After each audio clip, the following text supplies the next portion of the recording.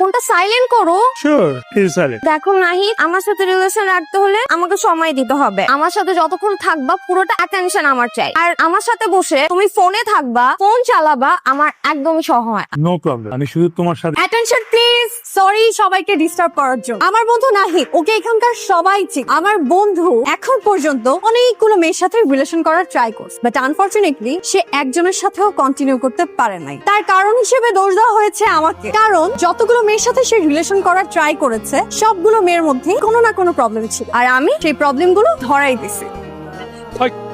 এটা কি কি এটা বল? চোখে সমস্যা দেখতে পাইতেছিস না? কি সেই দিন তুই আমাকে সবার সামনে ইনসাল্ট করলি, এখন আবার এটা তোর সমস্যা কি? সমস্যা আসলে আমার না, সমস্যা তোর। কিছুদিন পর পর একটা মেয়ের সাথে রিলেশনশিপে যাবি আর তার ক্যারেক্টার সার্টিফিকেট আমাকে বের করে দিতে হবে। এত টাকা পড়ে না। কোনো মেয়ে যেন তোর সাথে রিলেশনে না যায় তার জন্য এটা কর। তুই এরকম করতে থাকলে কোনো মেয়ে আমার সাথে রিলেশনে যাবেও না। তোর রিলেশন করার দরকার আছে? আমি তো তোর লাইফে আসি দোস্ত। আমার গেট খুলেন। আরে গেট খুলেন, গেট কেন বন্ধ করছেন? আপনি ঢুকতে দেওয়া যাবে না, কি সমস্যা? নিষেধ আছে। আপনি গেট খুলবেন না তো? না না না, খুলবো না। খুলবেন না? না খুলবো না। মামা খারাপ হয়ে যাবে কিন্তু গেট খুলেন, আমি বারবার বলতেছি। ওয়ার্ডেনের সাথে কথা করেন, নিষেধ আছে, ঢুকতে দিব না। দাঁড়ান, দেখেন আপনার কি করি। হ্যালো ম্যাম, মামা আমাকে ঢুকতে দিতেছেন, আপনি একটু আসুন তো নিচে।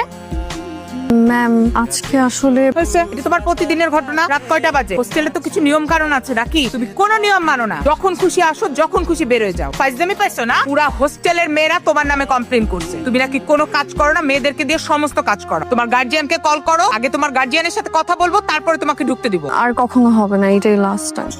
ভাই সকাল সকাল চিল্লাইতেছস কেন? কাজের খালার সাথে। ও ঠিক আছে, খালার বল দুইটা ডিম ভাজা করে দিতে আর একটা কফি দিতে। এই এই হ্যালো ম্যাডাম, ম্যাডাম নিজেরটা নিজে করে খান। ও আসলে বড় বিদায় করে দিচ্ছে। কেন খালার কেন বিদায় করে দিছস? ছাগল খালা যদি আইসা দেখে ফ্ল্যাটের মধ্যে আমি একটা মেয়ে নিয়ে থাকতেছি, এই খবর আমার বাপের কাছে পৌঁছাতে সময় লাগবে না। আর আমার বাপ যদি জানতে পারে মানে জাস্ট দুই টুকরো করে ফেলবে। হোয়াটএভার গরু, যা তুই রেডি করে দে। দোস্ত নাহিদ, বল একটু শোন না। বল না। এদিকে আয় না, শোন না, ইম্পর্টেন্ট কথা। এখান থেকে বল।